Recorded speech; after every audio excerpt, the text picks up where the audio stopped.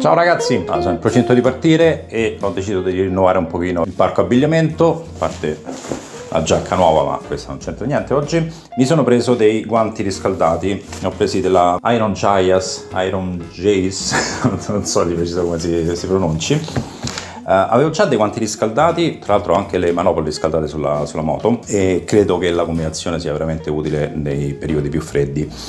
I guanti che avevo in realtà li avevo presi su Amazon, pagati neanche pochissimo, un centinaio di euro, veramente pessimi. Sostanzialmente erano dei guanti da sci riscaldati e riadattati, in qualche modo spacciati per guanti da moto, assolutamente scomodi, con poca sensibilità, poca presa. La parte touch delle dita funzionava veramente poco bene e devo dire sopra una certa velocità neanche funzionano particolarmente bene. Questi qui li ho già provati un pochino, ancora non fa freddissimo, quindi aspetterò ancora qualche giorno per registrare la prova proprio su strada. Me li porterò in viaggio, quindi li proverò per bene, ma già dal primo contatto si vede insomma che sono solamente guanti da moto, sono veramente molto comodi, hanno delle protezioni, hanno la batteria nella parte bassa qui anziché nella parte alta come erano gli altri, che erano veramente scomodi. Hanno anche questi un pulsante per regolare la temperatura. Spero che siano veramente impermeabili, perché gli altri si bagnavano dopo 5 minuti di pioggia. Qui è dichiarato che lo strato isolante è della 3M. Su entrambi gli indici ci sono questi piccoli tergicristalli per pulire l'acqua dalla visiera del casco. Internamente sono veramente molto comodi.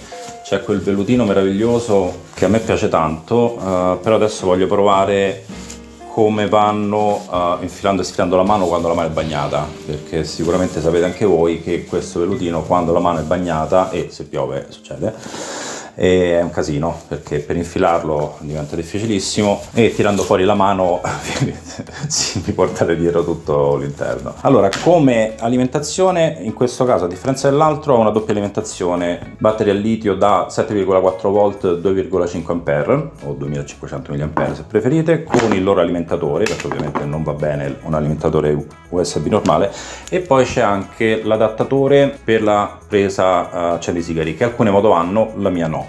Quindi oggi mi vedete qui con minimo attrezzatura perché farò anche la conversione.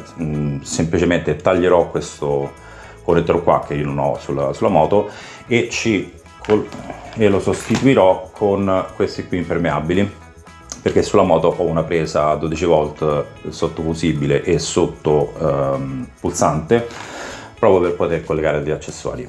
Mi aspetto anche che scaldino molto di più con l'alimentazione a 12 volt e soprattutto non c'è problema, come è normale che sia, che le batterie dopo un po' si esauriscono, e generalmente si esauriscono quando comincia a fare più freddo, perché nel corso della giornata uno li ha usati e poi quando comincia a fare freddo al tramonto, ciao. Allora adesso faccio al volo questa conversione e poi nei prossimi giorni li provo un po' e vi racconto come vanno. Allora, intanto monto il connettore, vi ricordo che in descrizione trovate un codice sconto per acquistare questi guanti con un bello sconticino a voi riservato. Ok, siamo pronti, adesso posso andare a provarli. Faccio vedere anche dove si collegano.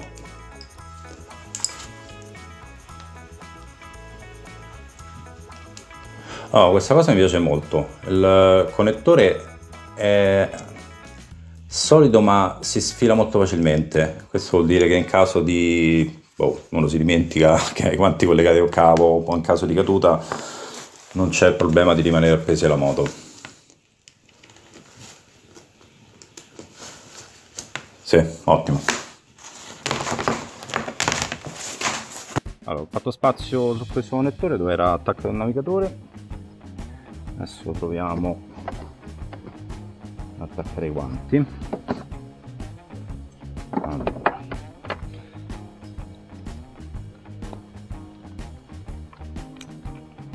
Sì, polarità corretta.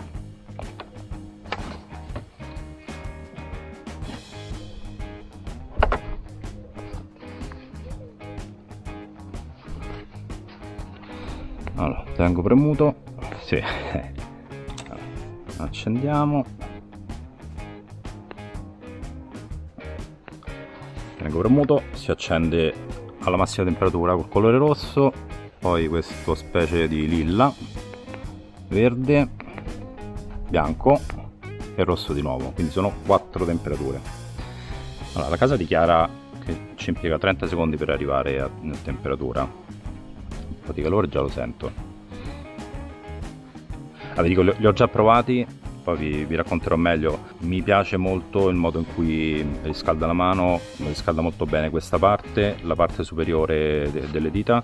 Non mi sembra riscaldi internamente, a me va anche bene perché in fondo le maniglie riscaldate. Se devo trovare una pecca è che avrei preferito che riscaldasse almeno la parte inferiore di queste due dita, perché io tendo a guidare con una o due dita sulle leve di entrambe, sia della frizione che del freno, e la leva è fredda.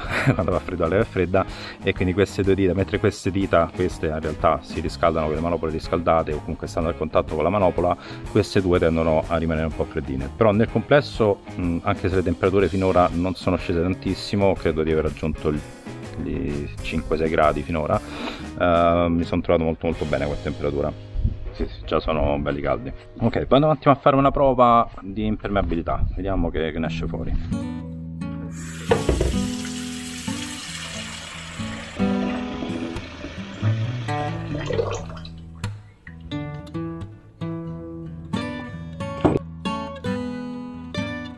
Allora, adesso proviamo a immergere il guanto, che ovviamente galleggerà, quindi faremo una cosa di questo tipo. Sì, sono le esattamente 13:30. Adesso farò un controllino ogni 5-10 minuti e vediamo a livello di impermeabilità come si comporta.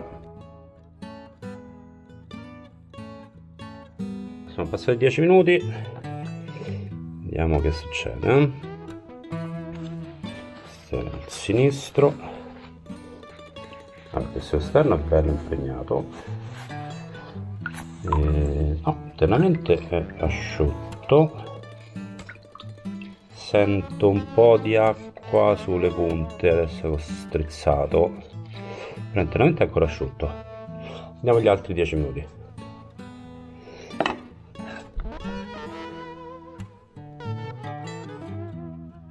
Ok, sono passati esattamente altri 10 minuti. No, completamente bagnato.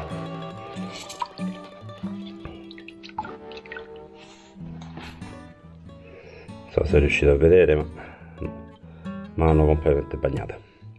Niente,